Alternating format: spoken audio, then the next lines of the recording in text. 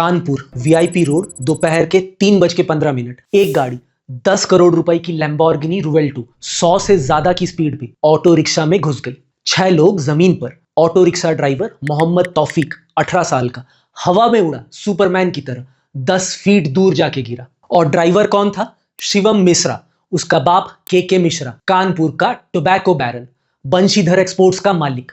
Income tax ने 2024 में red किया था। डिक्लेयर टर्नओवर 20 से 25 करोड़, असली टर्नओवर 100 से 150 करोड़। घर में कौन कौन सी गाड़ियां हैं? Rolls Royce Phantom, Ferrari, McLaren, multiple Lamborghinis. Total collection 50 से 60 करोड़ की गाड़ियां। और बेल कितने में मिली? सिर्फ 20,000 रुपए में। 10 करोड़ की गाड़ी 6 लोगों को टक्कर, एक लड़का हवा में उड़ा और बेल 20,000 रुपए में। यानी लैम्बोर्गिनी की लोगो वाली बुल से भी सस्ता। सड़क पे खून, कोर्ट में छुट्टी।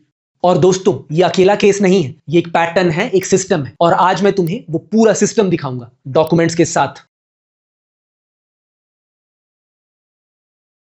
अब देखते हैं कानपुर में क्या हुआ, स्टेप बाय स्टेप, क्योंकि ये सिर्फ एक्सीडेंट की कहानी नहीं है, ये कवर अप की कहानी है। Step 1, extraction. क्रैश होने के मिनट्स में शिवम की प्राइवेट सिक्योरिटी, जो अलग अलग गाड़ी में फॉलो कर रही थी, वहां पहुंचती है। लैम्बोर्गिनी का विंडो तोड़ा जाता है, बेहोश शिवम को निकाला जाता है, भगाने की कोशिश होती है, लेकिन भीड़ उसे रोक लेती है। Step 2, the FIR. Gwaltoli police station ने एफआईआर लिखी, लेकिन किस पे? Unidentified driver. सीसीटीवी में साफ दिख रहा है कौन गाड़ी चला रहा था, फिर भी एक अनआइडेंटिफाइड पर्सन पे एफआईआर लिखा जाता है। एसएचओ संतोष कुमार गौर ने एक और काम नहीं किया, ब्लड अल्कोहल टेस्ट नहीं किया। सबसे बेसिक स्टेप है, अगर सस्पेक्ट नशे में है तो पहला काम खून का सैंपल लो। नहीं लिया, वो विंडो परमानेंटली बंद हो गई।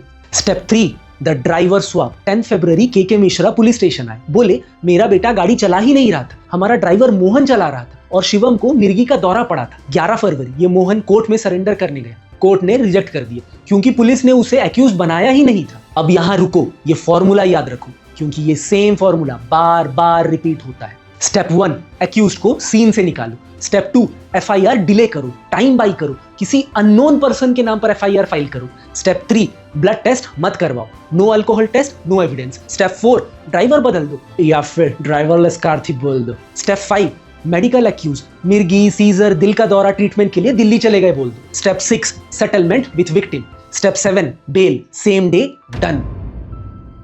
ये फॉर्मूला कोई नया नहीं है, ये इंडिया के अमीर लोगों का हिट एंड रन गाइडलाइन है। इस गाइडलाइन को समझने के लिए 2 और केसेस देखो। अब चलते हैं पुणे, मई 2024, जहां एक 17 साल के लड़के ने पोर्शे में 2 लोगों को मार दिया और सजा 300 वर्ड्स का ऐसे। पुणे कल्याणी नगर, रात के 2:30। 17 साल का लड़का वेदांत अग्रवाल, रियल एस्टेट डेवलपर विशाल अग्रवाल का बेटा, पोर्शे टिकैन टर्बो एस चला रहा है 200 kilometre per hour. Legal drinking age Maharashtra में 25 है, इस लड़के का एज 17 साल। फिर भी 2 पब गया, 48,000 रुपए की शराब पी 90 मिनट में, किसी ने नहीं रोका। और फिर अनीश अवधिया और अश्विनी कोश्ता, दोनों 24 साल के, दोनों आईटी प्रोफेशनल्स, पुणे में अपना सपना बना रहे थे। पोर्शे ने उन्हें कुचल दिया, दोनों की मौकाए वारदात पे मौत हो गई। और जुवेनाइल जस्टिस बोर्ड ने बेल दे दी 15 घंटे में। कंडीशंस क्या थी? 300 वर्ड्स का एसे लिखना है रोड सेफ्टी पर और 15 दिन ट्रैफिक ड्यूटी करनी है। Come on guys, कोई भी देश परफेक्ट नहीं होता, उसे बेहतर बनाना पड़ता है।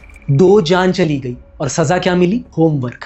लेकिन कहानी यहाँ खत्म नहीं होती, कहानी तो यहाँ शुरू होती है। रात के 3:30, क्रैश के 1 घंटे बाद NCP MLA Sunil Tingre police station पर पहुंचे। बाप विशाल अग्रवाल ने उन्हें बुलाया था। फिर शुरू हुआ वही गाइडलाइन। दादा सुरेंद्र अग्रवाल ने फैमिली ड्राइवर को बोला, तू बोल कि तू गाड़ी चला रहा था। सासोन हॉस्पिटल में ब्लड सैंपल स्वैप कर दिया गया। वेदांत का खून निकाला, मम्मी का डाल दिया, 0 अल्कोहल रीडिंग आ गई। बार स्टाफ को प्रेशर दिया गया, रिसिट्स गायब करो। पोर्शे रजिस्टर्ड ही नहीं था, कोई व्हीकल डॉक्यूमेंट्स नहीं था। रिजल्ट 10 लोगों की गिरफ्तारी। दादा 77 साल की उम्र में जेल गए। लेकिन यहाँ आपको ध्यान देने की जरूरत है, जुलाई 2025 में पुलिस ने रिक्वेस्ट की वेदांत को अडल्ट की तरह ट्राई करने की। जेजेबी ने रिजेक्ट कर दिया, बोला हेनियस क्राइम ही नहीं है, 2 लोगों का मर्डर हो गया, पर ये हेनियस क्राइम नहीं है। और फरवरी 2026 में, हाँ इसी महीने, सुप्रीम कोर्ट ने ब्लड टैंपरिंग के 3 अक्यूज को बेल दे दी। 2 साल हो गए, 2 लोगों की जान गई है और सिस्टम आज भी इंसाफ नहीं दे पा रहा है।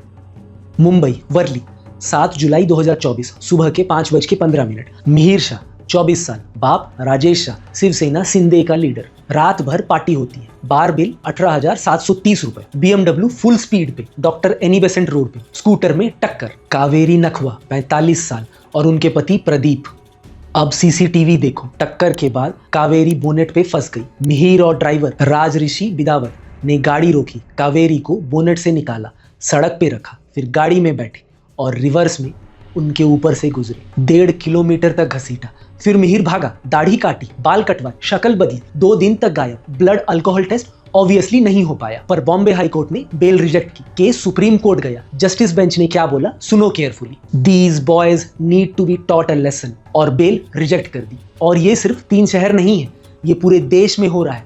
दिल्ली में गोली चलती है रोड रेज में, बेंगलुरु में डिलीवरी बॉय को कुचल दिया जाता है, चेन्नई में एमपी की बेटी BMW से पेंटर को मारती है, बेल मिल जाती है। हर शहर हर महीने वही कहानी। लेकिन क्यों? सिस्टम में ऐसी क्या खराबी है? ये बार बार होता है। इसके लिए हमें नंबर्स देखना पड़ेगा। इंडिया में रोज 485 लोग रोड एक्सीडेंट्स में मरते हैं, मतलब हर 3 मिनट में एक मौत।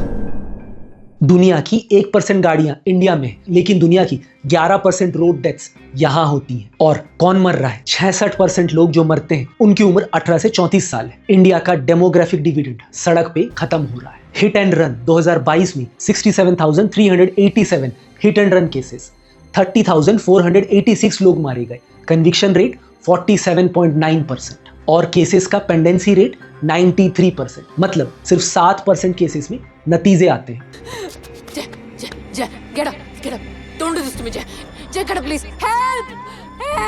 और सबसे बड़ा फ्रॉड रोड रेज का एनसीआरबी में कैटेगरी ही नहीं है। कोई ट्रैक नहीं करता कि कितने रोड रेज केसेस हुए, सब बिखर जाता है। Rash driving, hurt, grievous hurt, culpable homicide में। अब रूट कॉज 3 पिलर्स हैं। Pillar 1 fake licence, Gadkari ji ने खुद बोला है आरटीओज चंबल के डाकों से ज्यादा लूट रहे हैं। इंडिया की 1/3 ड्राइविंग लाइसेंस फेक है। पिलर 2 पुलिस ही नहीं है। यूएन कहता है 222 पुलिस ऑफिसर्स चाहिए हर 1 लाख पॉपुलेशन में, इंडिया में 137 है। फॉरेंसिक साइंटिस्ट इंडिया में 0.33 पर लाख, डेवलप्ड कंट्रीज में 20 से 50। ब्लड टेस्ट डिले हो रहे हैं, एविडेंस टैंपर हो रहे हैं, इसमें सरप्राइज क्या है? पिलर 3 लॉ ही नहीं है। इंडिया में रोड रेज का कोई स्टैंड अलोन लॉ नहीं है। रैश ड्राइविंग की मैक्सिमम सजा 6 महीने। और हिट एंड रन का सेक्शन 1062 जो बीएनएस में आया था इंप्लीमेंट ही नहीं हुआ, क्योंकि ट्रकर्स ने प्रोटेस्ट किया। 10 करोड़ की गाड़ी से 6 लोगों को टक्कर मार दो, मैक्सिमम 6 महीने की सजा। दूसरे देश क्या करते हैं, चलो देखते हैं। जब भी इंडिया में ये होता है लोग कहते हैं ऐसा तो होता है, कुछ नहीं हो सकता। गलत। 3 देश दिखाता हूं जिन्होंने ये प्रॉब्लम सॉल्व किया। Number 1 United Kingdom. जून 2022 में यूके ने एक लॉ पास किया, police crime sentencing and courts act. इस लॉ के बाद डेंजरस ड्राइविंग से किसी की मौत हो तो मैक्सिमम सजा उम्र कैद। इंडिया में रैश ड्राइविंग से मौत मैक्सिमम 5 साल, वो भी नए बीएनएस में, पहले 2 साल। यूके में उम्र कैद, इंडिया में ऐसे लिखवाओ। Number 2 Japan. जापान का अप्रोच सबसे यूनिक है। वहां सिर्फ ड्राइवर नहीं, पूरा इकोसिस्टम पनिशेबल है। ड्रंक ड्राइविंग से मौत 20 साल की सजा। जो इंसान ने गाड़ी दी नशे में डूबे ड्राइवर को, क्रिमिनल लाइबिलिटी। जो इंसान ने दारू पिलाई ड्राइवर को, क्रिमिनल लाइबिलिटी। जो इंसान पैसेंजर था और जानता था ड्राइवर नशे में, अप टू 3 इयर्स जेल। सोच लो, पुणे केस में अगर जापान का लॉ होता, सिर्फ वेदांत नहीं, वो बार्स जिन्होंने 17 साल के लड़के को शराब पिलाई, वो दादा जिसने गाड़ी दी, वो दोस्त जो साथ में बैठे थे, सब जेल में होते। Number 3 Germany. जर्मनी ने 2007 में एक नया लॉ लाया, सेक्शन 315D क्रिमिनल कोड। इसमें रोड एक्सीडेंट पे मर्डर चार्ज लगाया है। और सबसे इंपॉर्टेंट बात, गाड़ी जब्त परमानेंटली, चाहे गाड़ी तुम्हारी हो या तुम्हारे बाप की, कोर्ट ले जाएगी। अब सोच लो, अगर जर्मनी का लॉ इंडिया में होता, कानपुर में वो लैम्बोर्गिनी रूवेल्टो कोर्ट जब्त कर लेती, वो पूरी 50 से 60 करोड़ की गाड़ियां खतरे में। अवरोध, डिटरेंस तभी काम करता है जब दर्द पॉकेट में लगे। इंडिया में 20,000 की बिल में सब चलता है, लेकिन इंडिया में भी एक जगह है जहां सिस्टम काम कर रहा है। एक स्टेट ने रोड डेथ्स आधे कर दिए। कौन सी? तमिलनाडु। 2009 में तमिलनाडु ने इंडिया का पहला GIS based road accident database launch किया, RADMS। हर एक्सीडेंट का GPS location, cause, victim profile, सब डिजिटल, कोई पेपर नहीं, कोई मैनिपुलेशन नहीं। रिजल्ट 2014 से 2019 रोड डेथ्स में 25 से 33% रिडक्शन। डेंजरस कर्व पे इंजीनियरिंग फिक्स किया, क्रैशेस 53% कम। एम्बुलेंस रेस्पॉन्स टाइम 30 मिनट से घटा के 11 मिनट। 1400 पुलिस स्टेशंस में स्टैंडर्डाइज ट्रेनिंग,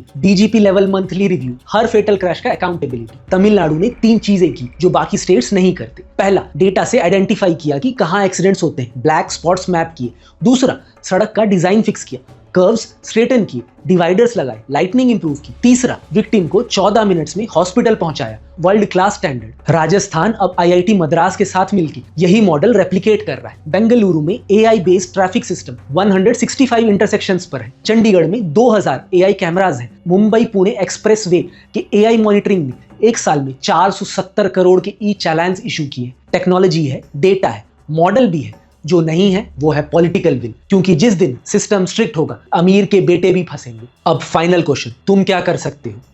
गुस्सा आना जरूरी है, लेकिन सिर्फ गुस्से से कुछ नहीं होता। अपनी सुरक्षा खुद करो। पहला, डैश कैम लगाओ।